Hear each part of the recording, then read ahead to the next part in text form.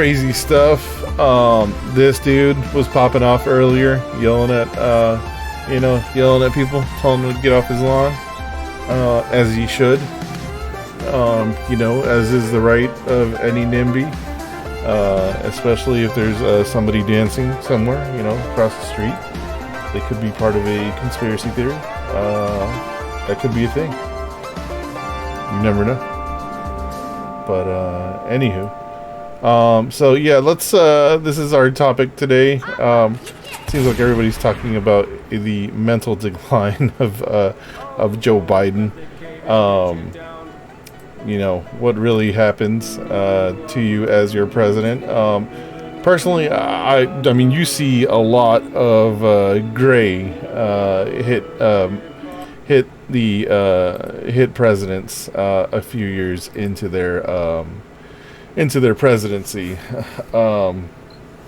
Generally, if they make it to the 8th year, they are essentially fried out.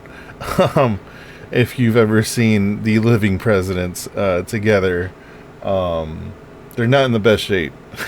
I'd imagine it's a very stressful job. Probably a lot more stressful than this job. I can't imagine anything that would be more stressful than being president of the United States and being yelled at by everybody on a consistent basis. It seems like it would suck. But also having the position of power of essentially controlling the entire global economy and all that. It does seem like a lot. It does wear on guys. You saw Trump from 2016 compared to Trump 2020. I mean, even compare him to now, he's not as sharp as he used to be. He used to be very witty, very much on top of things.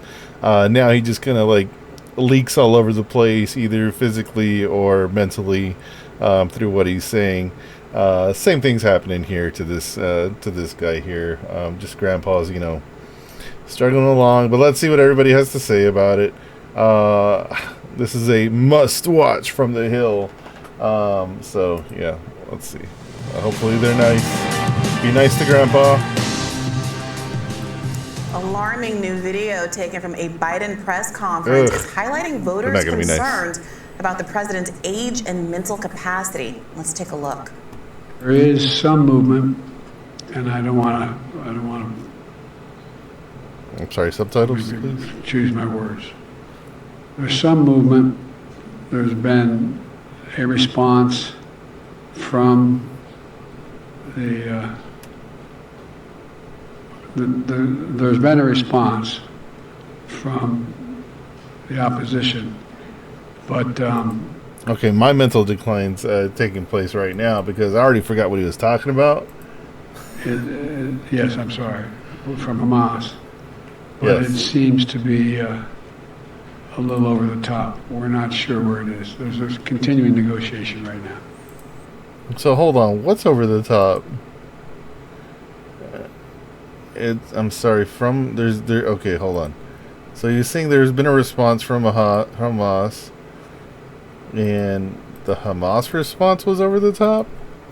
Yeah, a little over the top. We're not sure where it is. There's continuing negotiation right now. Okay, I think he was trying to say what he said tonight. That really kind of makes more sense to me now, going back and looking at this, because what he said tonight was a little bit more coherent as far as putting the words together. We'll go over what he said here in a minute. Polling from NBC News finds 3/4 of voters, including half of Democrats. So that means to me that his speech, or his, I mean, you're going to have a lot of practice in what you're saying, right? Especially if you were on TV or in giving speeches this much. So he probably had this over the top line rehearsed previously, and it seems like he tried to drop it there, it didn't work. and he definitely dropped it later on in the Democrats say they have concerns about Joe Biden's mental and physical health. Democrats, however, continue to blame the president's lukewarm standing with voters on messaging and communications issues. Now, after Biden won South Carolina's primary with an anemic 4% of voters coming out, DNC Chair Jamie Harrison blamed poor turnout on disinformation. Only 4%? Telling Outlet Notice, quote, "I think bad. there's a lot of disinformation out there. There are a lot of folks who don't want this president for whatever reason, and I think some foreign and some domestic. They don't want the record to be straight in terms of what the president has done and accomplished."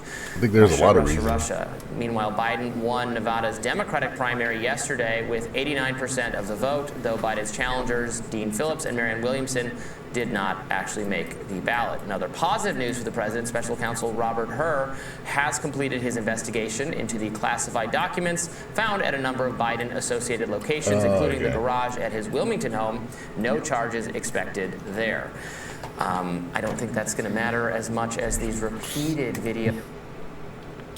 First of all, who gives a shit about these stupid-ass documents? Like, why is that now a thing? It's something that they tried to pin on Trump, didn't hold. I mean, it's still going through the whole process, right? They're still running it through the ringer. They're trying the same thing on Biden. It's content for the sake of content, in my opinion. I don't think that it actually holds any weight.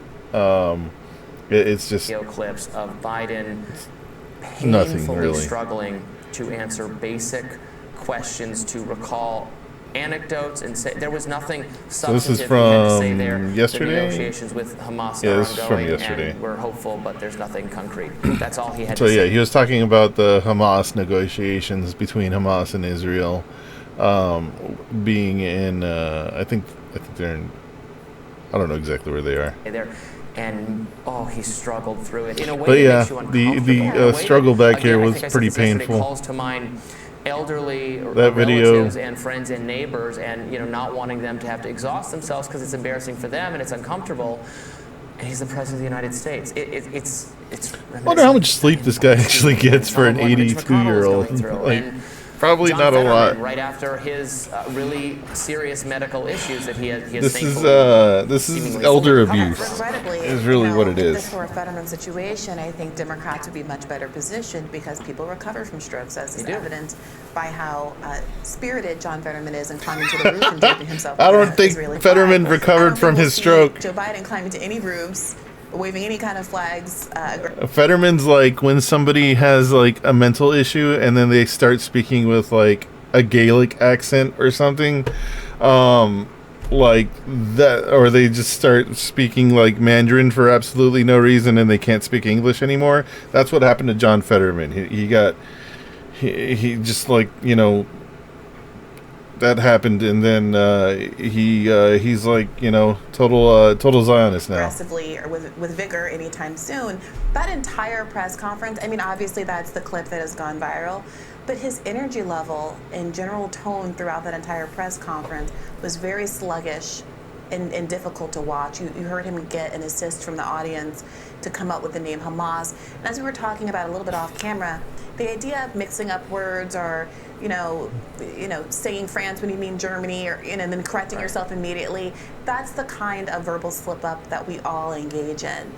But the slowed down dude, pace, he's like the 4 times clear older than difficulty you cognitively in remembering what you were talking about in the first instance, and the fact that it's now happening repeatedly, I think is a concern. We talked about another clip that went viral earlier this week, and I think it might be worth just playing it for the audience again so they can remember what we're so talking kudos to the Republican Party to set this up years ago. As soon as Biden was elected, they were like, or even before that, they were like, he's too old. And like the guy that they're running is what, like 2-3 years younger than him. That doesn't make that big of a difference. And on top of that, I mean, he eats McDonald's like 24/7. Trump is literally in a round shape. He is not the greatest shape of anybody. He could die from hardened arteries at any point in time, just like that cop that died after arresting and beating up a Guatemalan immigrant. That was an excellent pause, by the way. So is this one. people have pled guilty. You know, right after I was elected, I went to what they call a G7 meeting, all the NATO leaders. It was in south of England. And I sat down and I said, America's back. And Mitterrand from France looked at me and said,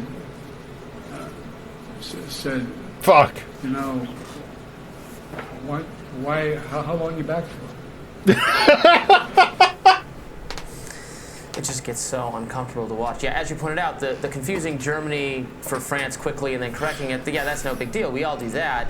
He's literally me walking into the room and forgetting why I walked into the room, and then walking back out and being like, oh yeah, I forgot to give my keys. And then I go back and turns out the keys aren't even in there. But he was talking about someone, can relate, political figure, and then he didn't correct that. That went on and on. Someone who had been dead for years by the time the meeting he's referring to took place. Jesus of course, Christ, Joe Biden has been in office in Congress so long. I'm thinking, well, maybe he did meet him back then, but he's referring to the G7. That's the leaders of the countries. That happened when he was president. There was no Mitterrand at the time. Right. So now some Democrats are going to say, well, Donald Trump has gaffes and slip-ups, but they're not covered in the same way. Most recently, no, they are. Was the moment on the campaign trail. Also, he's not president right now. To Nikki Haley, actions at the like as soon as Trump is president. I mean, God bless our souls if that happens again. Like the moment that he starts speaking and he starts saying dumb shit. I mean, there's actually a post here from that. But yeah, I mean, okay, they're just gonna go over like everybody that's just doing gaffes and everything. Got it. Okay, Biden's old, Trump's old, everybody's old. Yeah. So speaking of Trump, here's his dumbass. I think this was today. I think we can do very well there. Hold on, damn, I got him cranked up loud. They pull him down a little bit, restart him. I think we can do very well there. All polls indicate we're in the 90s. Said the polls in where? Polls indicate we're in the 90s. He's in the 90s. In the polls in the 90s? Maybe more than the 90s. Maybe more than the 90s? Well there. All polls indicate we're in the 90s. Maybe more than the 90s. There's two parts to that. One, he's a habitual liar. He can't be satisfied with whatever the truth is, which is that, yeah, sure, he might be in the 90s. As far as polling goes, I'm sure in a very specific poll of him in versus like anybody else that's in the Republican Party or something like that, realistically. Sure. But dude, yeah, what's more than the 90s, the hundreds? So you're telling me you're polling at like 150%? Like, so not only do you have the Republican votes, but you also have the Democratic votes, like all of them? Like, what sense does this make? He's the bigliest in the thousands. The 2000s. Oh my god. Oh, Jesus. All right. But yeah, then you get into oh, okay, I need to push this over here. Yeah, all right, I pushed that over there and then push this back over there. All right, so then people try to make an excuse. They say Biden has a stutter. If you make fun of him for having a stutter, something he's lived with and largely overcome to eventually be president of the United States. He worked so hard. He's a career politician. You're not only a bully and a jerk, but woefully ignorant. And they said, sure, Sarah, this is Biden 8 years ago. That Bernie is speaking. Look how sharp he is. Oh my god. Not only sharp, but he looks pretty fucking good, man. I mean, for an old guy, definitely. That is deep and real, and he has credibility on it.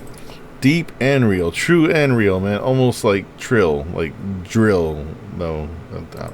And that is I'll workshop the absolute enormous concentration of wealth in a small group of people with the middle class now being able to be shown being left out. There used to be a basic bargain.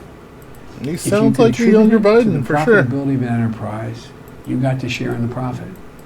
That's been broken. Productivity's up, wages are stagnant. Hillary's talking about that as well. Well, it's relatively new for Hillary to talk about that. Hillary's Oh, he was focus back has in been Hillary on back things then, up to right. now, and that's been Bernie's. No one questions Bernie's authenticity on those issues. Biden at, what was that, 74? 73? Somewhere around there? That's pretty good for 73. I would agree that he was very sharp then. Somebody said Coke. All right. But yeah, let's see him today. He gave the speech and started mouthing off at reporters. He told Ducey from Fox News basically that, you know, if I wanted you to talk, I'd tell you when to, or whatever the saying is. But he's like, yeah, are you in a mental decline? And, you know, whatever. He's like, well, yeah, obviously I am. I'm letting you speak, right? That was kind of what the exchange was. And then they started, you know, asking, as he's walking off, they started barking at him about about a potential ceasefire, or I couldn't exactly hear what was going on, but about what's going on in Israel and Palestine, right? And this is the point where he comes back and he's ready to fight him.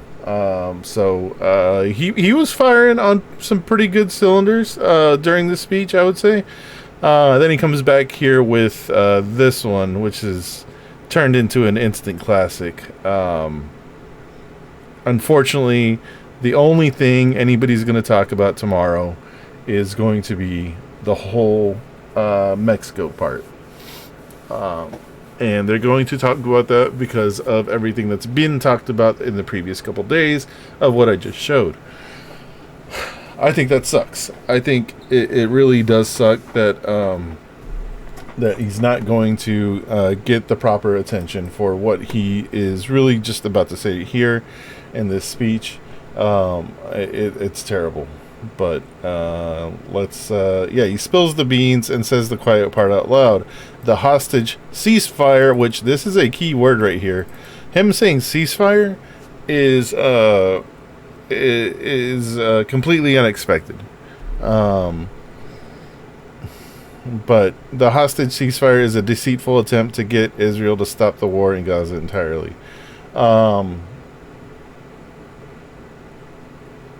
They're trying to use a lot of elements of what's going on here. He's trying to be very careful with his words, but he does slip up. So I'll just play it. He has ordered the IDF. Hostage negotiation. Yeah, because she said he's ordered the IDF to basically the report or the reporter's asking or saying that Bibi has ordered the IDF to basically continue with the assault on Gaza.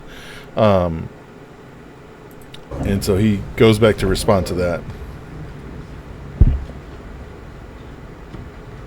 I'm of the view, as you know, that the conduct. I hate that Twitter doesn't have any actual closed captions. Of the response. The conduct of the response In Gaza, in the Gaza Strip, has been over the top. So again, he says over the top. When he says over the top, what he means is that it's been far too aggressive. And you can see that just by the reporting that has happened on the ground. Literally dropping 2,000-pound bombs on buildings. That's not what you drop on civilian infrastructure.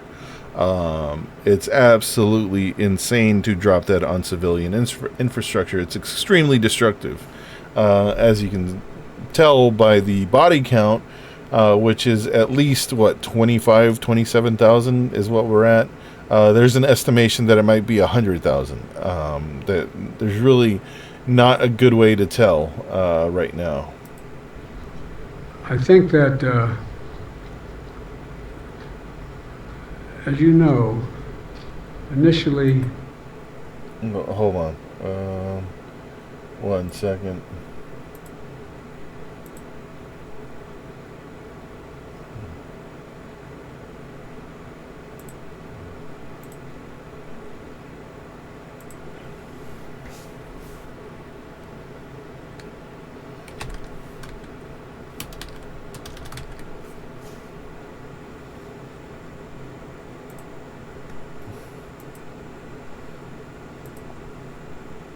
Did somebody message me?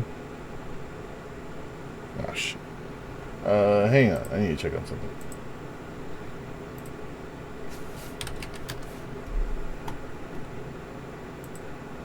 Oh, no, that's from earlier.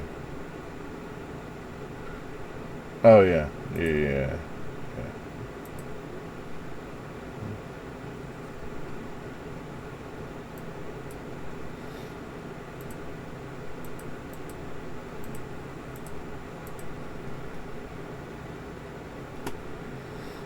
Okay, back here. President of Mexico, Sisi. Oh, Jesus Christ. As you know, initially, the President of Mexico, Sisi. The President of Mexico. That's all anybody's going to concentrate on, is that he said the President of Mexico, Sisi, which is actually President of Egypt. The gate to allow humanitarian material to get in. I talked to him. I convinced him to open the gate. So he's saying that open the gate on the Israeli side. And we're pushing really hard to get humanitarian assistance into Gaza. There are a lot of innocent. Okay, so he's saying that he's the one that made the deal with Sisi to increase humanitarian assistance, to open up the border between between Gaza and Egypt. As we should know, anybody that is informed, Israel controls that border. That's also kind of why you see the people that are blocking the border. So, like, I would say, protest, Rafah.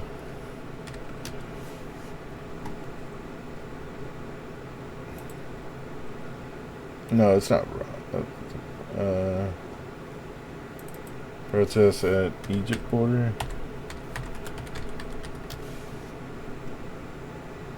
Yeah, that's why you see these people out here.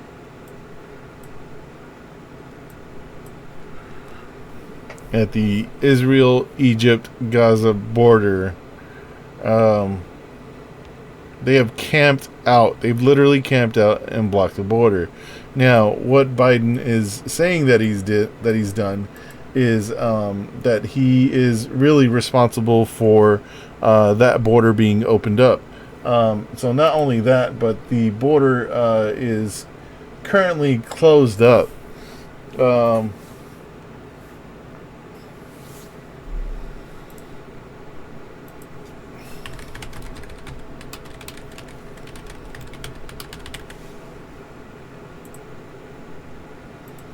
But yeah, that border had previously been closed up. Trucks have been waiting out in the on the Egypt side for a very long time. Not only that, but the trucks have been fired on as well by apparently the IDF Navy, which is completely nuts. But he basically bartered the deal to get that open. Now, there's going to be a bunch of memes and a bunch of just dumb stuff coming out tomorrow, I'm sure, where people are going to show Mexico and then they're going to show that, Gaza's on the other side of the border and it's not Texas, and I'll be in Gaza or something instead of being in Texas. Whatever nutty stuff people are going to come up with. Whatever, man. Really hard to get humanitarian assistance into Gaza. There are a lot of innocent people who are starving. A lot of innocent people who are in trouble and dying. Yeah. And it's got to stop, number one. Number two. You said it's got to stop. A lot of innocent people are dying. So, yeah, a lot of innocent people have 27,000 people have died. I would like to believe that the majority of those people did not deserve to die. Contrary to reporting from the IDF, who specifically put out not only their own reports on UNRWA and tried to discredit them, but also the reports of like all the aid going to Hamas specifically, and that's why you see these nutty people over here trying to block all this aid that's going in. Not only have they tried to defund UNRWA, which they have, several large countries, I would say like the richest countries, have defunded UNRWA or stop giving aid to them. But also they've blocked the aid. So this aid that's trying to get in is not going to be as much as it should be, and especially in the future. But even him saying that he's trying to push for this, it's kind of an all for naught, because without the funding to UNRWA, you're going to get so much in there, and then no more is going to come. And then you still have these issues with these protesters just kind of blocking the way. I was also in the position that I'm the guy that made the case that we have to do much more to increase the amount of material going in, including fuel, including other items. I've been on the phone with the Qataris, I've been on the phone with the Egyptians, I've been on the phone with the Saudis to get as much aid as we possibly can into Gaza. There are innocent people, innocent women and children who are also in badly in need of help. And so that's what we're pushing, and I'm pushing very hard now to deal with this hostage ceasefire, because I've been working tirelessly in this deal. How can I say this without revealing it? To lead to a sustained pause. So he said the secret word there. Women and children who are also in badly in need of help. And so that's what we're pushing, and I'm pushing very hard now to deal with this hostage ceasefire. So that's probably on his page there to not say. Don't say hostage ceasefire. Don't say ceasefire. So that's why he doesn't repeat it here. Because I've been working tirelessly in this deal. How can I say this without revealing it? To lead. He just said, "How can I say this?" without basically saying what he just said. To lead to a sustained pause. A sustained pause in the actions taking place in the Gaza Strip, and because I think if we can get the delay for that, the initial delay, I think that we would be able to extend that so that we could increase the prospect that this fighting in Gaza changes.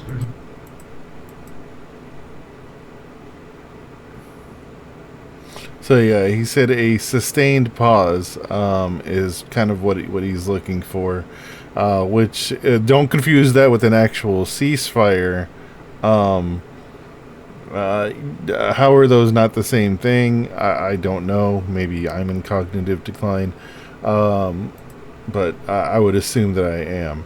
And then you have people like Decoding Fox News, which is generally a very good Twitter handle to follow, but I'd say there's a lot of opinion in here a lot of the time. Some members of the press seem to think that Israel is the 51st state. Israel is a sovereign nation with its own freely elected government. It has a legislature, a president, prime minister, and its well-known military.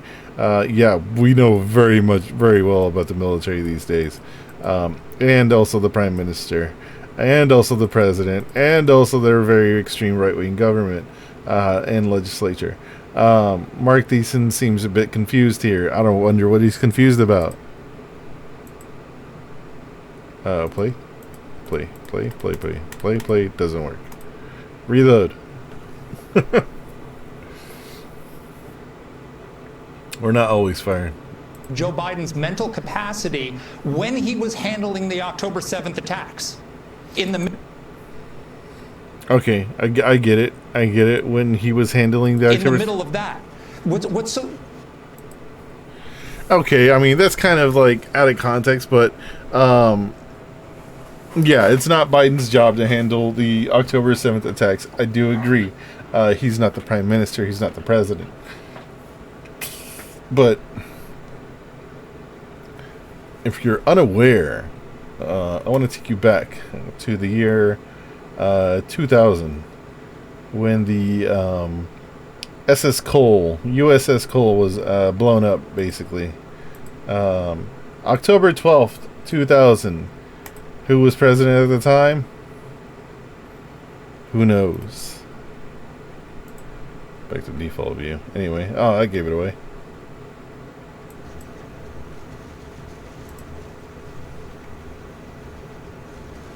My favorite blues player. Oi, bruv.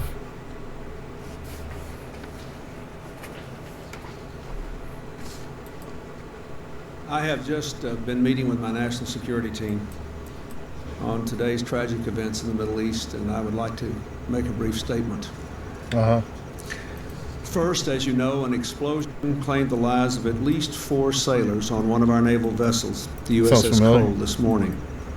Sounds pretty familiar. Many were injured. A number are still missing. They were simply doing their duty. The ship was parallel, refueling isn't in a it? port in Yemen while en route to the Persian Gulf. We are rushing medical assistance to the scene, and our prayers are with the families who have lost their loved ones or are still awaiting news. If, as it now appears, this was an act of terrorism, it was a despicable and cowardly act. We will find out who was responsible and hold them accountable. If their intention was to deter us from our mission of promoting peace and security in the Middle East, they will fail utterly. I have directed the Department of Defense, the FBI, and the State Department to send officials to Yemen to begin the investigation.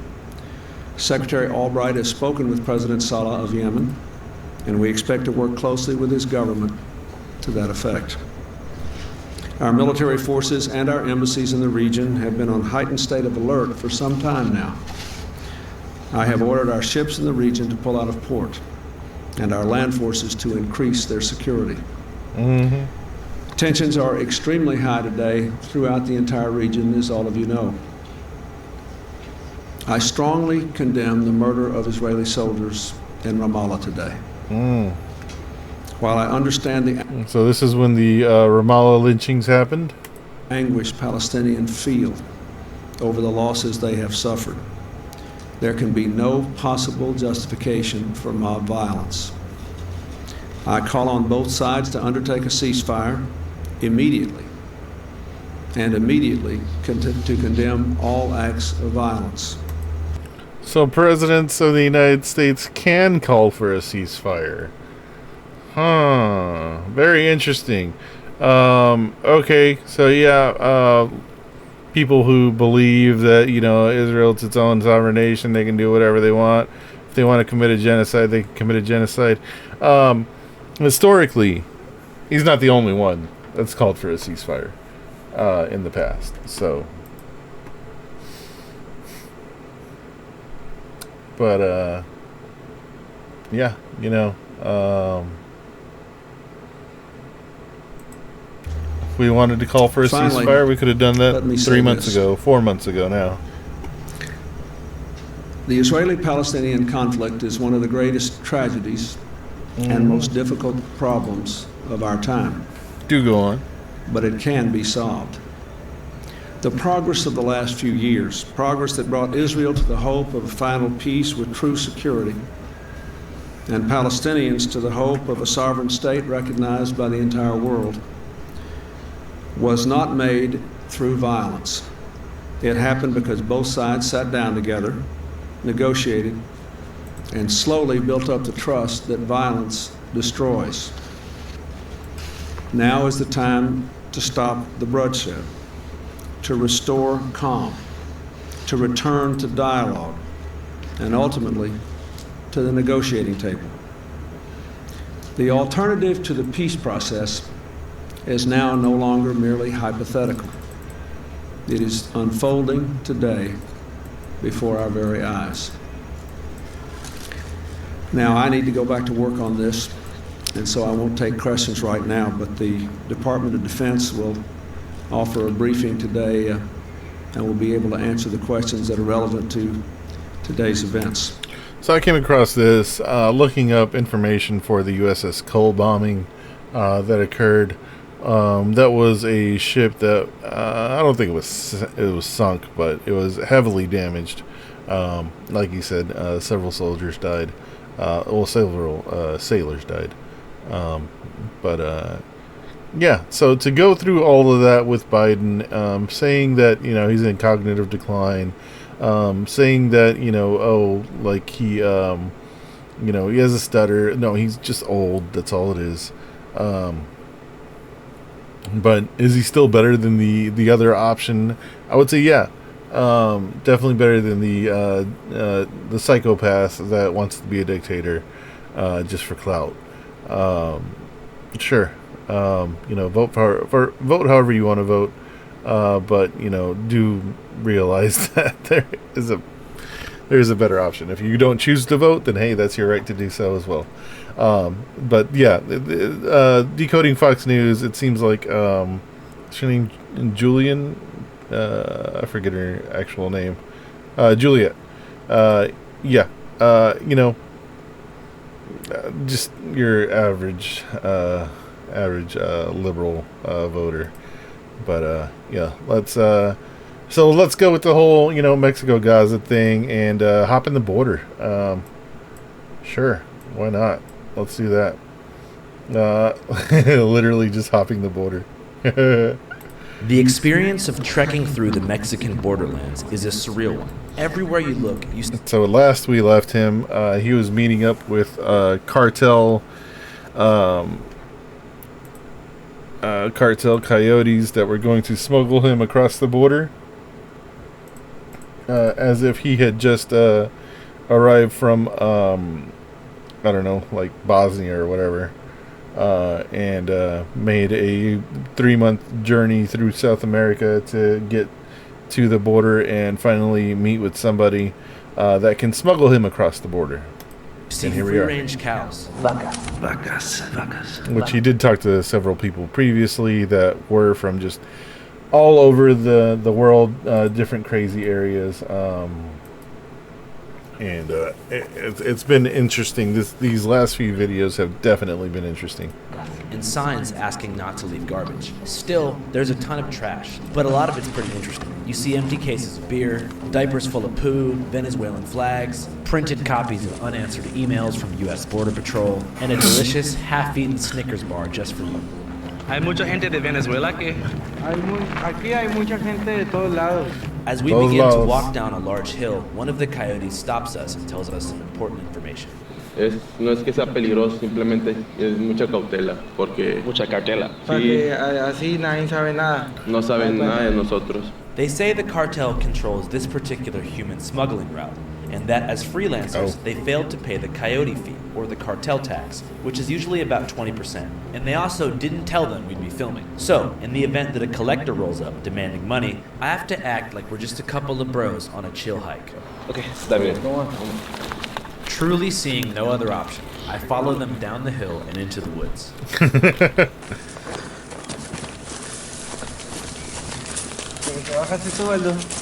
That's bananas, dude. Walking through the forest. We're about a mile from the Rio Grande, which obviously is the natural barrier into the state of Texas. So we're gonna follow the homies here. As you can see, there's like a ton of discarded underwear, socks, garbage, empty bottles of water, presumably left behind by previous migrants. It's estimated that just last year alone, roughly 2 million people entered the U.S. this way. As we continue to walk, I get my first view of the river. This spot, though, they say, is way too hot to cross. Not because of Border Patrol, they say, but because of undercurrents, which are the leading cause of death in the river. The currents can sweep you under that water in just seconds. Border Patrol agents rescued 2 migrants struggling to stay afloat in the fast-moving water. Pepe, un oso de peluche, un niño. Hay veces cuando tu familia pierde a alguien en el río, es normal que cuelguen eso. Just left a little kid stuffed animal behind. Sí, mucha gente sufre. Llora demasiado solo para poder llegar, pero hay veces que pues yo me pongo a pensar y que digo que la gente es así pues porque son así. O sea, no sé si me lo puedo explicar. Todos quieren tener un sueño o una vida muy bien hecha, pero... The coyote, like many others, don't understand why migrants would go to such lengths just to get to the U.S. But his perspective is an informed one. He spent most of his life in a border town. and for a year lived in San Antonio and worked as a dishwasher, where he said he felt alienated, exiled, overworked, and depressed. But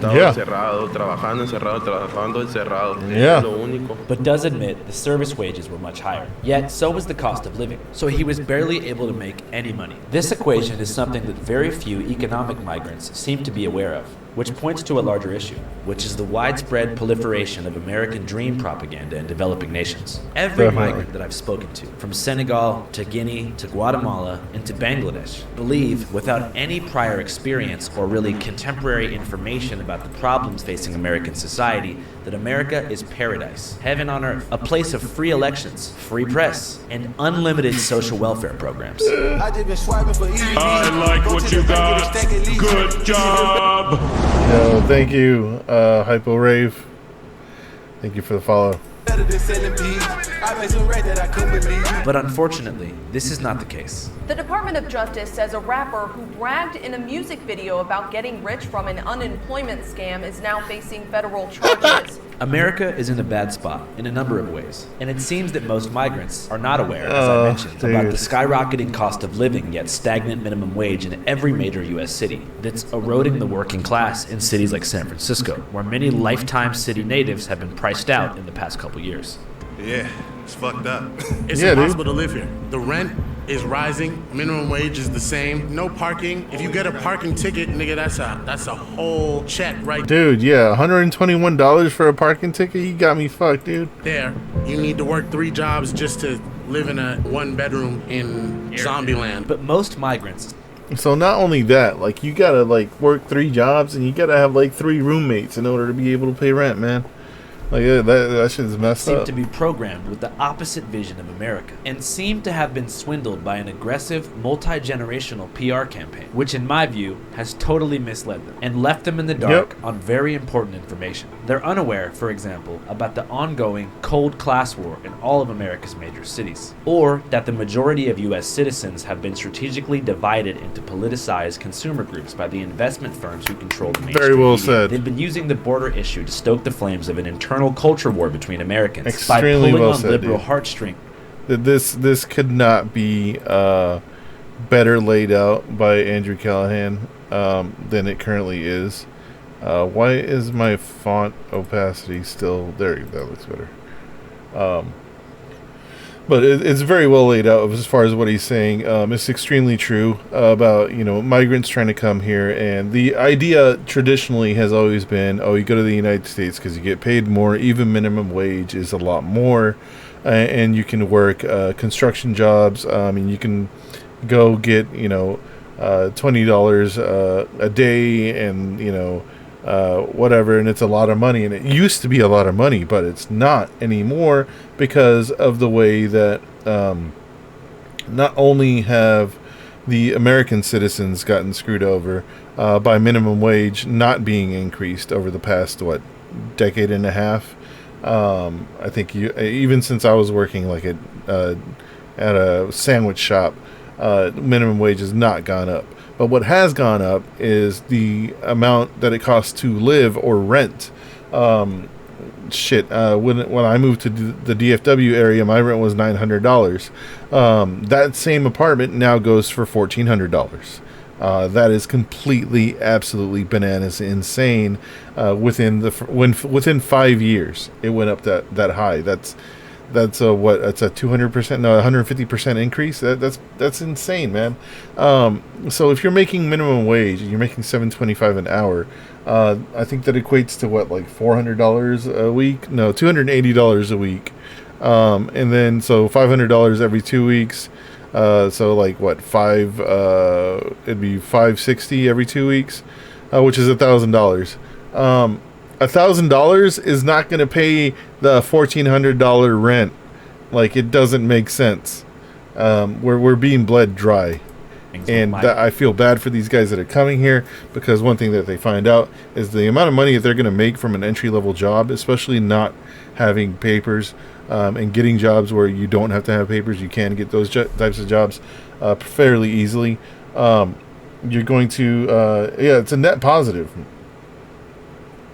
Exactly. Not only do they pay taxes, because they pay taxes out of their checks, They also pay taxes when they buy stuff. And so it's not like billionaires who have like a 3% tax rate, right? And they're necessary for the U.S. to maintain economic growth. Exactly. And they're far less likely to commit crimes. Because if they commit crimes, they're going to get caught and they're going to get deported. Of course. There was a documentary a long time ago called Food Inc. And it was, say what you will about it, but in Food Inc. they showed how, this was 20 years ago Food Inc. came out. They showed how they literally bus migrants from Mexico all the way to Georgia and had them work in the Tyson factory and Smithfield factories, where, you're working with blades that can literally chop your arm off. And then, once they would rise up and start complaining about their living conditions, because not only did they have them work shitty jobs, they also had them live in shitty trailer homes. So if they complained about all that stuff and they started, complaining about it too much, what Tyson and what Smithfield would do is they would call INS. So they would call them, and then they would get them deported, and then they would bring in a new batch of migrants. That's why I haven't bought Tyson in 30 years now. Fuck those guys. Fuck Smithfield too. All this shit that these companies do to keep labor rates down affects the rest of us. It affects everybody else, and that's why we really haven't seen an increase in pay in so long. Because if you gave more money to minimum wage jobs, the people that were coming here, yeah, exactly. It's super easy for labor force that can be exploited. Yep, exactly. That's exactly what it is. And it sucks that these guys are still coming here in droves, and they don't realize that that's what the case is right now. It might have been good a few years ago, but if you got to live here, hopefully, I think most of these guys, when they've come across, he's interviewed them. They've said that they're coming to live with friends and family. That's really the way you get ahead now. Is you have to basically have a community that you can fall back on.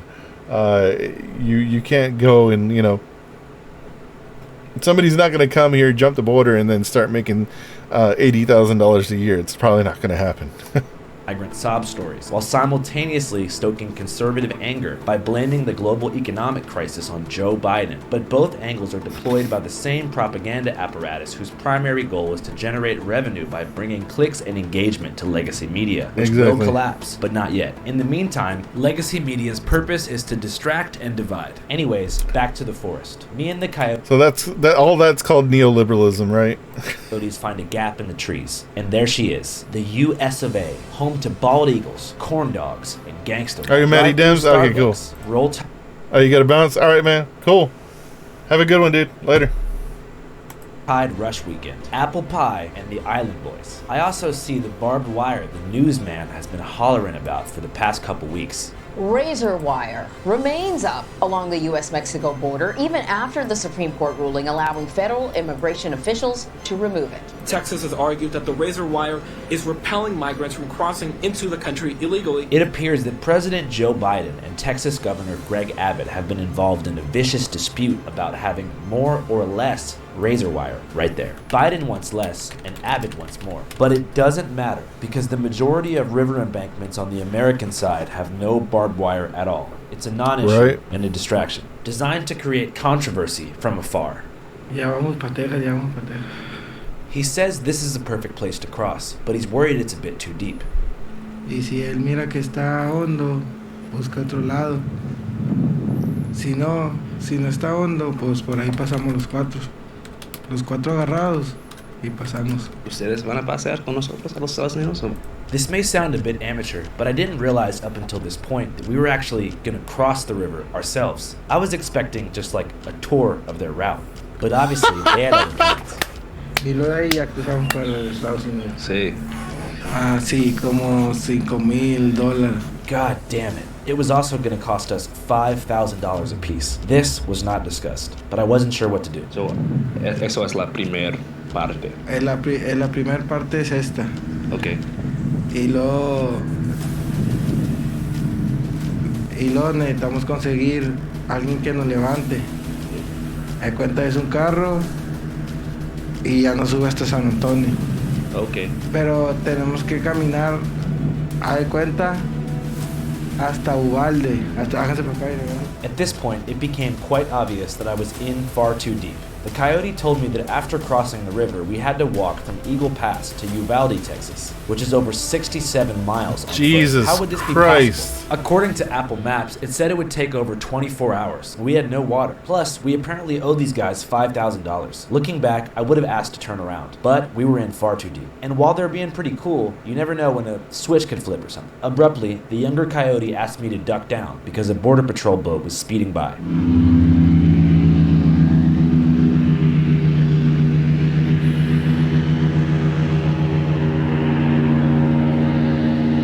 Oh my god. Mira, este es un montecito. Este es todavía un monte y después de este monte sigue ya lo americano. Ok. ¿Quieres vivir en los Estados Unidos o te gusta vivir aquí en México? Sí, yo quiero vivir en Estados Unidos, Sí. pero eso ya va a ser después. Ahorita aquí estoy bien. Sí. Tú tienes 18 años, hay mucho tiempo. 19. Sí, 19. Ok, hay mucho tiempo para Sí, hay mucho tiempo. entrar. The other coyote asks me to give him the 100 pesos that I'd brought along for emergency purposes. He says someone spotted us and is asking for money. Perhaps naively, I approach the man to see what's going on. The man who asked us for money is a bit strange. He seems to function as both a tax collector and someone who provides first aid and flotation devices to migrants. Whatever his title was, or who he works for, I don't know. But there was no option but to bring this man along. What? Hola, ¿qué pasa? ¿Puedes decir tu nombre y dónde eres? Me llamo... Soy de aquí de Piedras Negras. ¿Qué haces hoy? Pues aquí apoyando a la gente que va cruzando, Brothers estamos hustling. apoyando, cruzan y a veces no traen su chaleco, no traen protección para el agua, ¿verdad? No traen salvavidas y pues los estamos apoyando, ¿verdad? En eso, para que no vaya a haber un accidente o algo, porque la gente no conoce el río y llega y nada más quiere brincar y cruzan con los niños en los brazos y pues yo también tengo hijos y eso es lo que... As we learned in our previous episode, the Rio Grande is 4 feet and 9 inches deep, and 58% of Mexicans reported as not being able to swim. So many children and older grandmothers who try and cross the river into America but are below 4'9" end up drowning. 3 migrants have died near Shelby Park in Eagle Pass. A woman and 2 children drowned in the Rio Grande River. 4 migrants, including an infant, have drowned in Eagle Pass. Lo que muchas veces no miran ellos, ¿verdad? O sea que pueden tropezar o algo y en lo que se tropiezan el niño puede agarrar agua o algo. Y sí, pues a veces no les ayudamos, pero les avisamos, ¿verdad? Es peligroso, aparentemente se mira tranquilo, pero sí hay lugares donde está hondo y puedes ir caminando y de repente pisas y te hundes y poquita corriente que haya en ese pedazo te lleva. Sí, ¿qué tipo de trabajo haces? Creo yo, anda entre los $7,000 y $10,000 en entrar a los Estados Unidos. Me queda cerca del río y vengo aquí al río a ver en qué puedo ayudar y a veces me dan algo de dinero, ¿verdad? Sí, gracias mi amigo para la entrevista. Sí. Chile, ¿tú quién eres, compa? Despite his good Samaritan framing, we had no option but to pay him for his services. Still, apparently this is a bad place to cross. Our coyote points to the water to show me something. Pues hay varias ocasiones que hay muertos ahí en las pelotas naranjas. Yo le digo las pelotas de la muerte, ¿verdad? Porque cada vez hay muertos ahí. Oh my God. He points to the orange buoys in the river, installed by the state of Texas to deter migrants. A disturbing discovery at the border. Security officials found a body trapped in the buoys recently placed in the river across from Eagle Pass. The coyote says that on multiple occasions he's seen dead bodies trapped in the buoys, so we need to keep walking. But stops to tell me that he believes the Border Patrol boat from earlier has been following us using infrared heat sensor cameras. Out of nowhere, the first aid collector man starts hauling ass and my coyote follows him. Naturally, I run after them for about 10 minutes until we finally get back to a new spot in the forest. Once again, they bring up money. So kind of what they're Dude, saying. why is my heart is racing here? Right now, the standard market rate for an average border crossing with a coyote is between $3,000 and $5,000.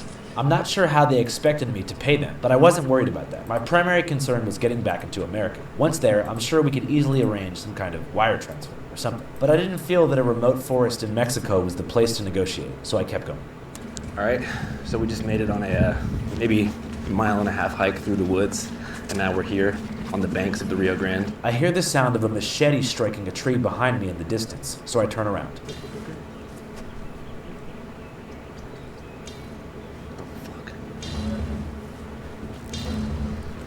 ¿Está bien? ¿Tú conoces? Oh. All right, guy with a machete just came out of nowhere. I guess it's kind of normal to want to chop down sticks and shit out here. But yeah, definitely not the most chill thing to see right now. My coyotes assure me that all is well. He was just making sure that we paid the first aid man. And after a final plunge deep into the woods, we found ourselves at the perfect embankment.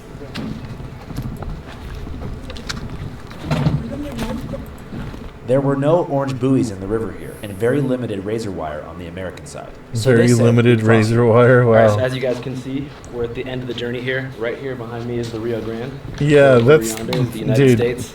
Much like the initial entry point into the forest, migrants had left behind a ton of garbage here. We got hella garbage here. We got a children's coloring book right here. I hope they're doing well, but I must say they did not do a very good job. But it's all good. Let kids be kids. There was also a bunch of dudes there, just hanging out. We got like a Mexican Ernest Hemingway type figure down here. The Mexican Ernest Hemingway? Be careful. Stop, dude. You have a good trip. Be careful. I'm not sure why, but Ernesto's words gave me the confidence boost that I needed, and the coyotes said it was go time. Come on, come on, come on. Here's to life, right?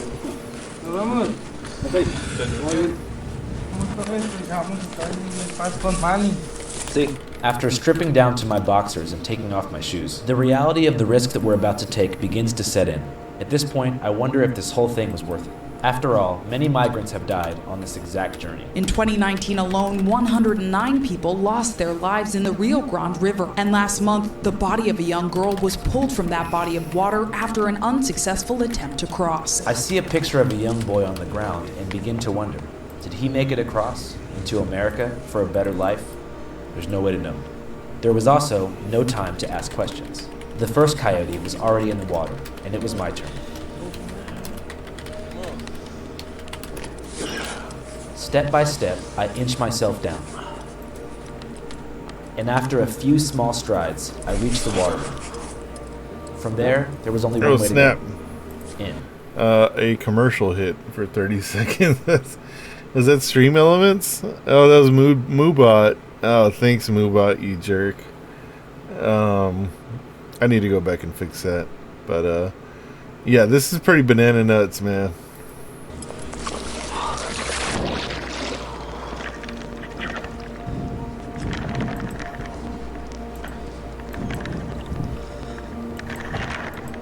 As I inched through the rushing green water, I began to feel the undertow, the rapid current beneath the river's surface I'd been warned about. And so my coyote...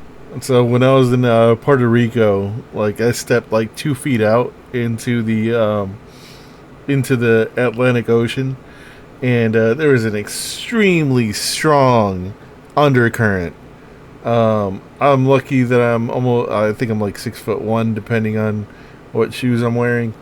But yeah, the water instantly came up to my chest. It was a very steep drop off. I was out there by myself. Not the smartest person in the world.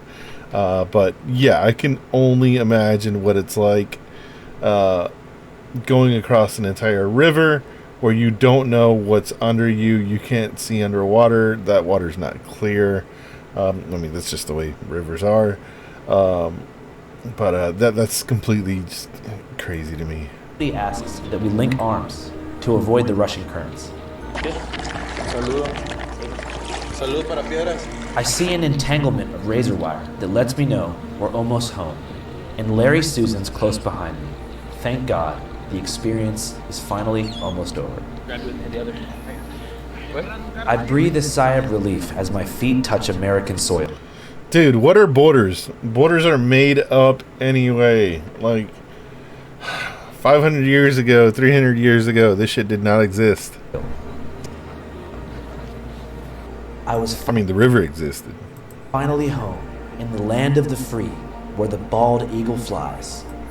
Sure, we had 76 miles to go until Uvalde, but at least I made it across the river, and away from Mexico for now. Suddenly, my coyote ducked for cover and told us to be quiet.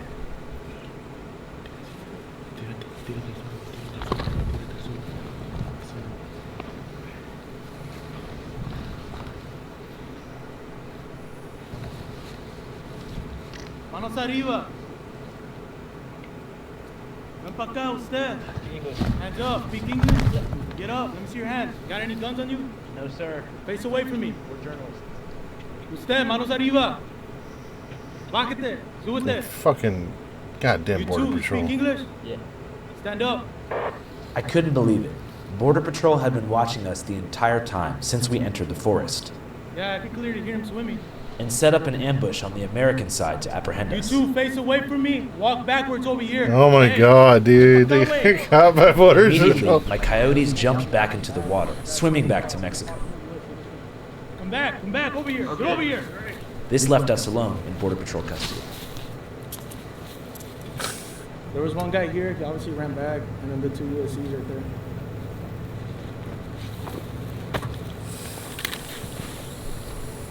Yeah, because they want to capture the people that are trying to get across, that are here for a reason. I hate these motherfuckers so much.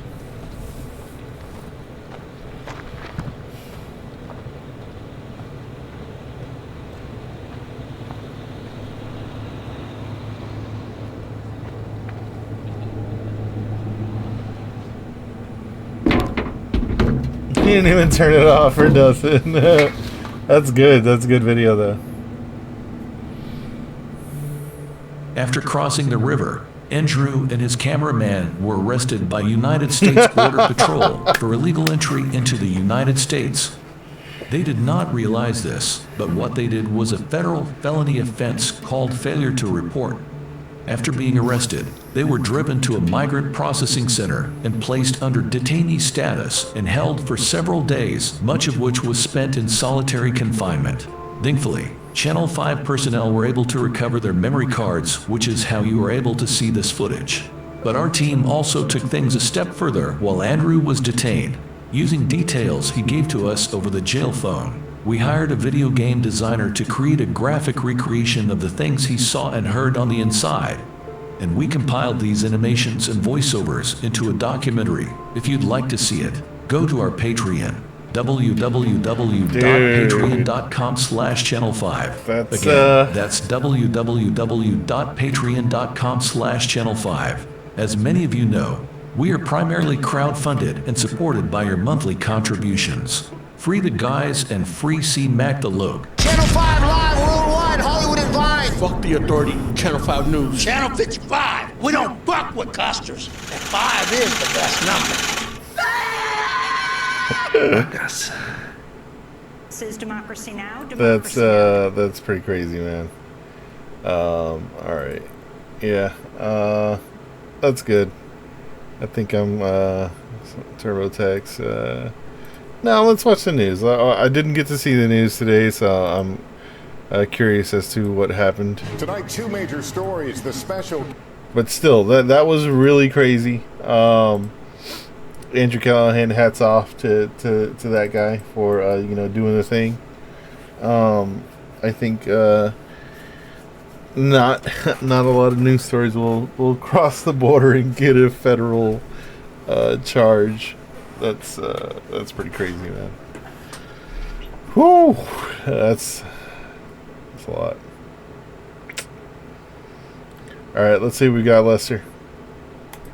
Council report on President Biden. That's kind of low. Actually, you know what? I'm gonna take a quick break here.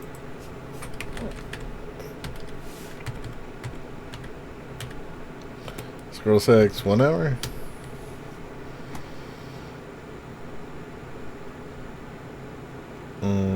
Yeah, that's what I like. I'll be right back. Give me a minute.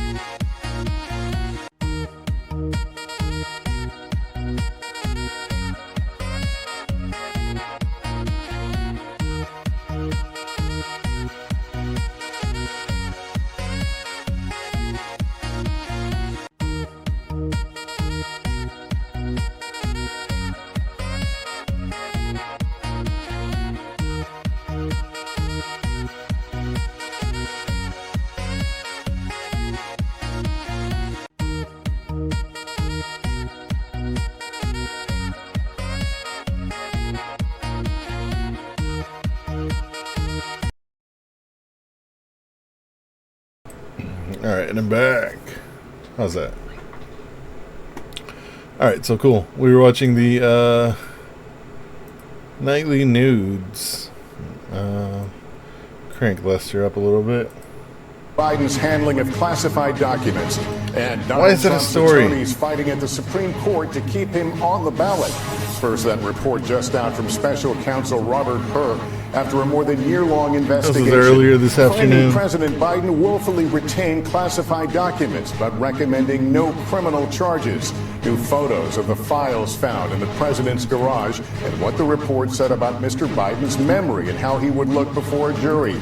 Also tonight, the Supreme Court hearing that landmark case over whether Donald Trump can stay on the ballot. What the justices seem to signal today. The military tragedy, the 5 U.S. Marines missing after their helicopter crashed in California, now confirmed dead. The grim discovery in that house fire near Philadelphia. After a police shootout, the family of 6 feared dead. Just in, new video of the officers attacked by a group including migrants in New York's Times Square. The charges announced. The urgent race to rescue a woman in California after she fell down a 25-foot hole.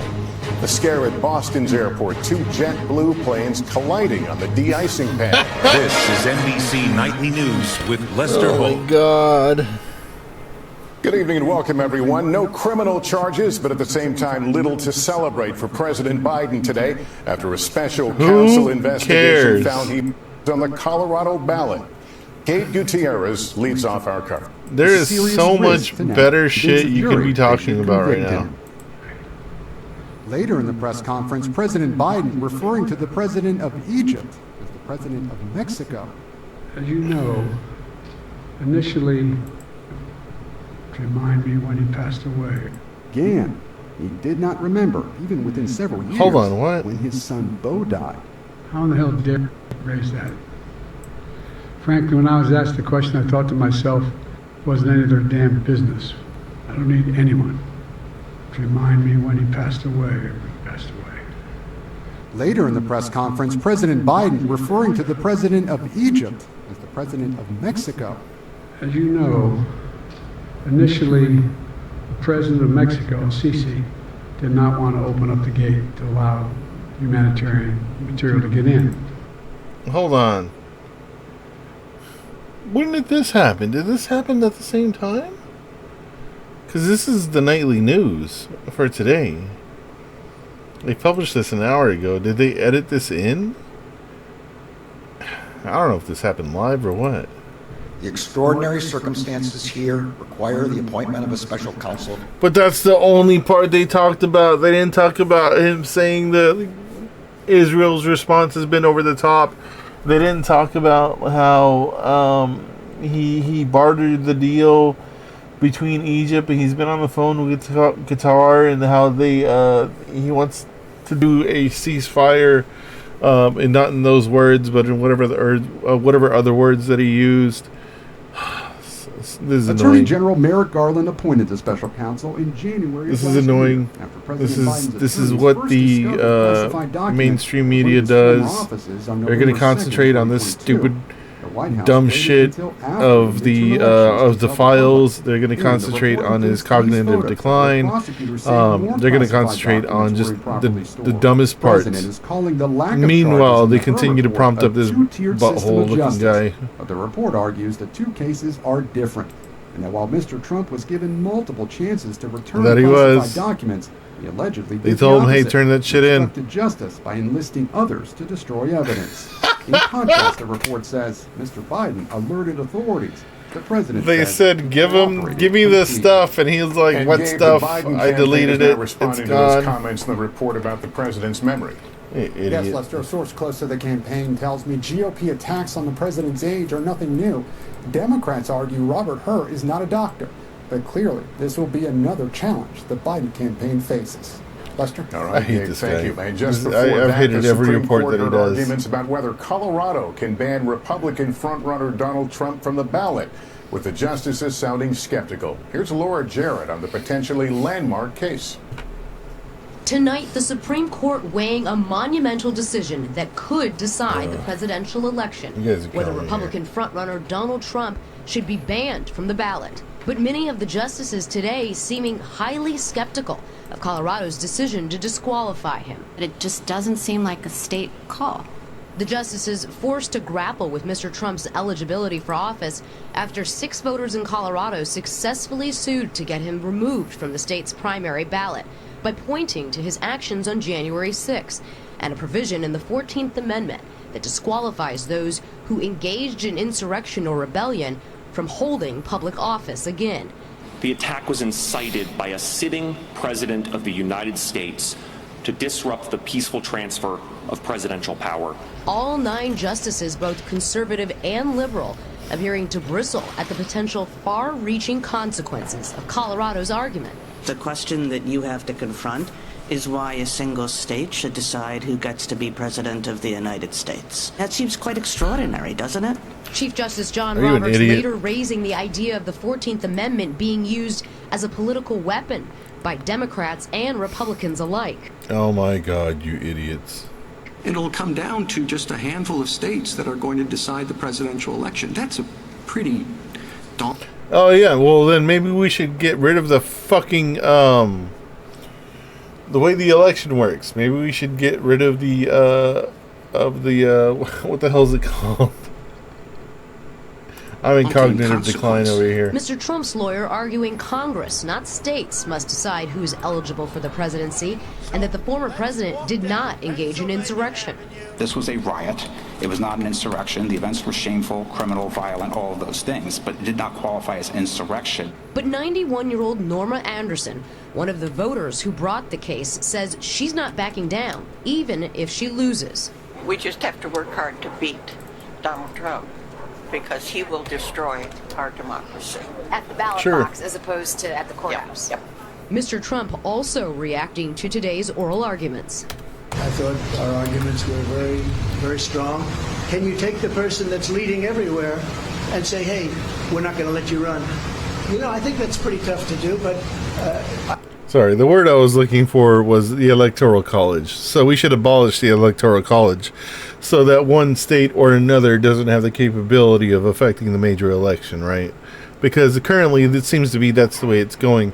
You have states that are solidly red or solidly blue, and nobody else will be able to take those states away. It doesn't matter if it's a Republican candidate or a Democratic candidate for either state. Being red or blue, you can't take those away. Those are just solid that way. Just like, you know, Alabama is always going to be red, California is always going to be blue, and now Florida has been captured as a red state, and has been historically red for quite a while.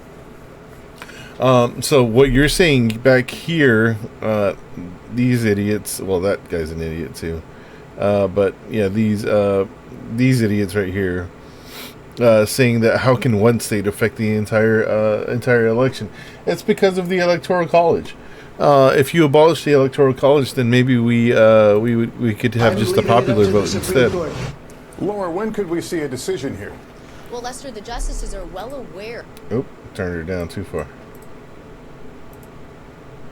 That the voters are going to the polls on Super Tuesday on March Tuesday. 5th, including in Colorado and more than a dozen states. I would expect to see a decision well before then. Lester? Laura Jarrett, thank you. Also tonight, a federal judge ordered former Trump White House advisor Peter Navarro to begin serving a 4-month prison sentence while he appeals his contempt of Congress conviction. Navarro was convicted for refusing to testify and provide documents to the committee investigating the January 6 attack on the Capitol. In Southern California, sad news.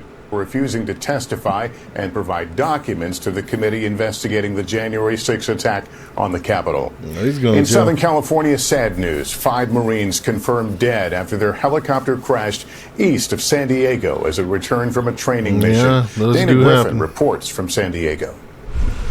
Helicopters are the the least search for 5 Marines missing. safe method of transportation. I understand why the military uses them, but they have I think they have the highest rate of death as far as they. After their helicopter crashed Tuesday night in California. Star at that location has a visual on the crash site. All 5 now confirmed dead. Our hearts go out to the just devastating loss of those 5 Marines. The CH-53E Super Stallion military helicopter. So, just to pull this up, helicopters are more likely to crash than commercial airplanes, according to FAA. Helicopter crashes occur at a 0.02 per 100,000 flight hours, which is higher than the average for all aviation accidents. In 2019, 24 helicopter accidents led to 55 fatalities in the United States.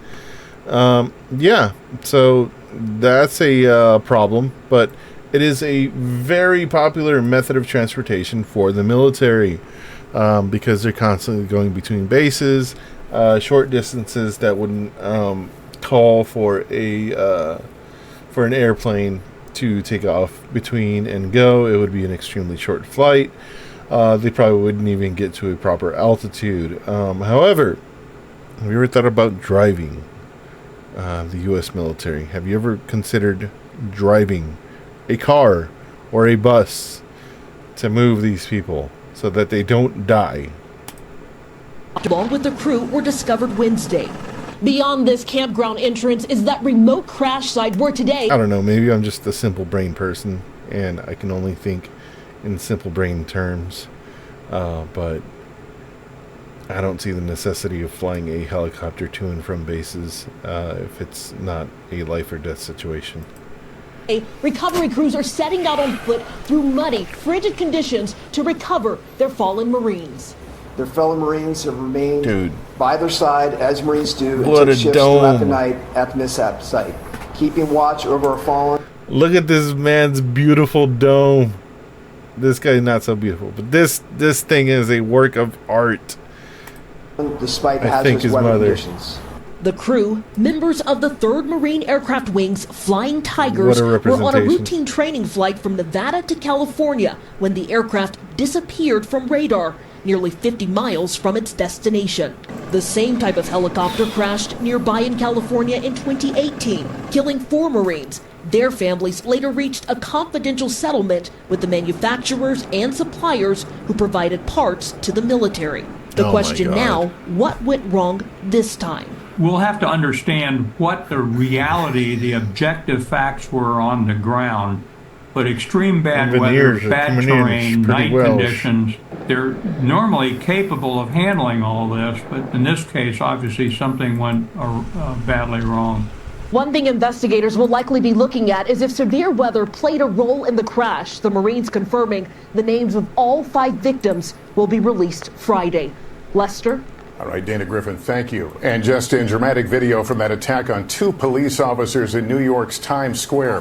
The footage showing the officers trying to detain a man in a yellow jacket when he appears to resist. The officers taking him down to the ground, other men kicking and punching the officers. 7 suspects, some of the migrants, were indicted today for last month's attack. Manhattan's DA faced criticism for not requesting bail for nearly all of them.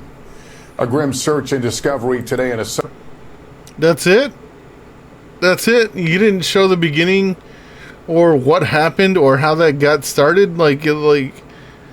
Oh my suburb of Philadelphia. God, dude. After You call this a house reporting? burned down following a violent police standoff. George Solis is there for us tonight. I want to know what happened, Lester. Tonight, You ain't a telling me community left nothing. reeling. A family of 6 presumed dead after a house fire. You know what? Fuck your report.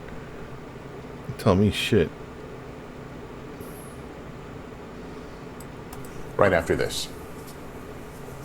It's caucus night in Nevada, where former President Donald Trump is expected to win by a healthy margin. And tonight's caucuses are also putting a spotlight on the all-important Latino vote, one that NBC's David Noriega found is increasingly up for grabs heading toward November. Grew up around the corner, maybe like 5 minutes. Erica Castro is from North Las Vegas, zip code 89030. 7 out of 10 people here are Latino, and this flea market is where many spend their weekends. Got my clothes here. My mom would decorate our house from stuff from here. Castro can't vote. She's undocumented. But as a political organizer, she'll be pushing hard for others to re-elect President Joe Biden. Are you worried about this election this year? Yeah, people are feeling a little bit discouraged because they haven't seen the results that they were expecting from this administration. In Nevada and nationwide, Latinos are not a monolith, but in recent presidential elections, they have voted overwhelmingly Democratic. That could be changing. Mr. Biden and former President Donald Trump are now statistically tied among Latinos, according to NBC's latest poll. Talk to enough people in North Las Vegas, and you start to understand why. Everything is expensive. Mario Alvarez, who sells old video games at the flea market, voted for Biden in 2020. Now, because of his views on the economy, he's flirting with the other side. You know, I think Donald Trump, it can be a good president for the country. Other voters telling us no politician should take them for granted. They want our votes. Now they want something from us. Well, they don't want to give us anything. Also top of mind, decades of unmet promises by the Democrats on a pathway to citizenship for people like Castro. She says that's making it harder to get even her friends and family excited to vote Democrat. Democrats have historically been able to count on the Latino vote here in Nevada. Is that still true? I think they're going to have to really work for it. Of course, she told us the same goes for the other side. And whoever wins this swing vote inside a swing state could wind up winning the White House. Lester? David Noriega, thank you. Up next, another airport collision, 2 choices, this time right? 2 JetBlue planes on the tarmac in Boston. Plus, the critical shortage of air traffic controllers and the rush to train the people who keep our skies safe. Inside the FAA Academy, next. Scary moments today at Boston's Logan Airport. JetBlue is saying 2 of its planes collided in the de-icing pad lanes, and passengers were on board both aircraft at the time. The damage visible to the wing of one of the planes. The other sustained damage to a tail section. The flights were canceled and the planes taken out of service. And staying in the world of aviation, to the urgent push to hire air traffic controllers after a shortage contributed to massive flight backups at times last year. Tom Costello goes inside the FAA Academy trying to quickly train the next generation of controllers. Runway 28 right at Charlie, clear for takeoff. For a high-stress, high-stakes career, Foxtrot Papa is on frequency. It all starts here. Left turns, expect further clearance. The Air Traffic Control Academy in Oklahoma City is full as the FAA pushes to staff up understaffed towers and centers. The FAA says it needs 1,300 more controllers. The Controllers Union says 3,500 are needed. The FAA is struggling to keep up with mandatory retirements at 56. How long will it take you to get to full staffing? Our goal is 5 to 7 These years guys must get a pension to be or something. fully staffed and comfortable. Every year, 1,500 new students go through the academy. It's here the you controller can candidates retire are at trained for 56 either the if you control go to the- tower or an What? in-route center, handling air traffic at 18,000 feet or above. The students who seem to do the best are often video gamers. What is it about gaming skills that could make you a good controller? The ability to take in all of that information quickly, make a quick decision, and then if that decision's not the right one, being able to come up with a plan B or plan C. But the academy washout rate is high, 30%. After the academy, up to 3 years of on-the-job training, where another 30% quit, often over stress and long shifts working weekends and holidays. 2019 graduate Janessa Milners now controls Los Angeles airspace. It was one of the most intense things I've done in my life. Just because you're trying so hard to make it through. Falcon 7350 hotel, go around. The simulations as real as possible. Now's the time to make mistakes, right? Don't be nervous, okay? Just follow through with everything, okay? Tabletop exercises teach spacing and runway orientation. The FAA is also recruiting veteran military controllers and college program grads who go straight to on-the-job training. To think 3 to 4 to 5 steps ahead. Okay, we have a fucking Air Force, right?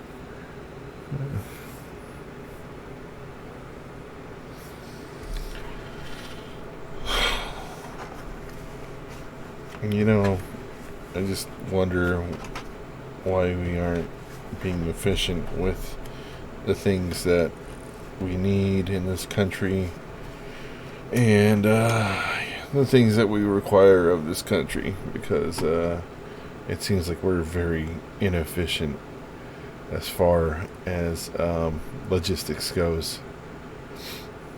But I'll let this idiot keep talking. That is the type of person that it takes to do this job.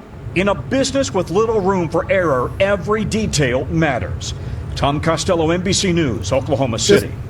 And that is nightly news for this Thursday. Thank you Come for to my watching, house everyone. and I'm Lester assassinate Holt. me, man, Please take in care of yourself and each other. The most creative way, please. Thanks for watching. Tom. Stay updated about breaking news and top stories on the Tom NBC News app, or follow us on social media. Just Assassin's Creed me, dude, like a video game. Okay, I do have other stuff that I want to watch, but I'm just going to watch it tomorrow. TurboTax and this CIA agent. Some people say he might be like Osama bin Laden, who essentially ran the CIA. If you didn't know that, that's a joke. He was funded by the CIA at one point, but maybe he is too. Who knows? We'll find out tomorrow, I guess. That's it for me. Do follow me on the YouTubes. I am Johnny Not Harris, Johnny Soda on the YouTubes. That's me right there, putting up crazy stuff. I look absolutely insane. U.S. versus Russia. Oh my God, Jon Stewart and Tucker Carlson. Everybody hates Joe Biden. Trump promises the Iron Dome. The IDF blows themselves up. Very smooth. Again, that was probably the third time they did it. But yeah, I only have 5 subs. That sucks. Those are rookie numbers. Gotta get those numbers up, baby. But yeah, that's it for me tonight. I'm pretty tired. I will be on here tomorrow, and that's why I'm cutting it out.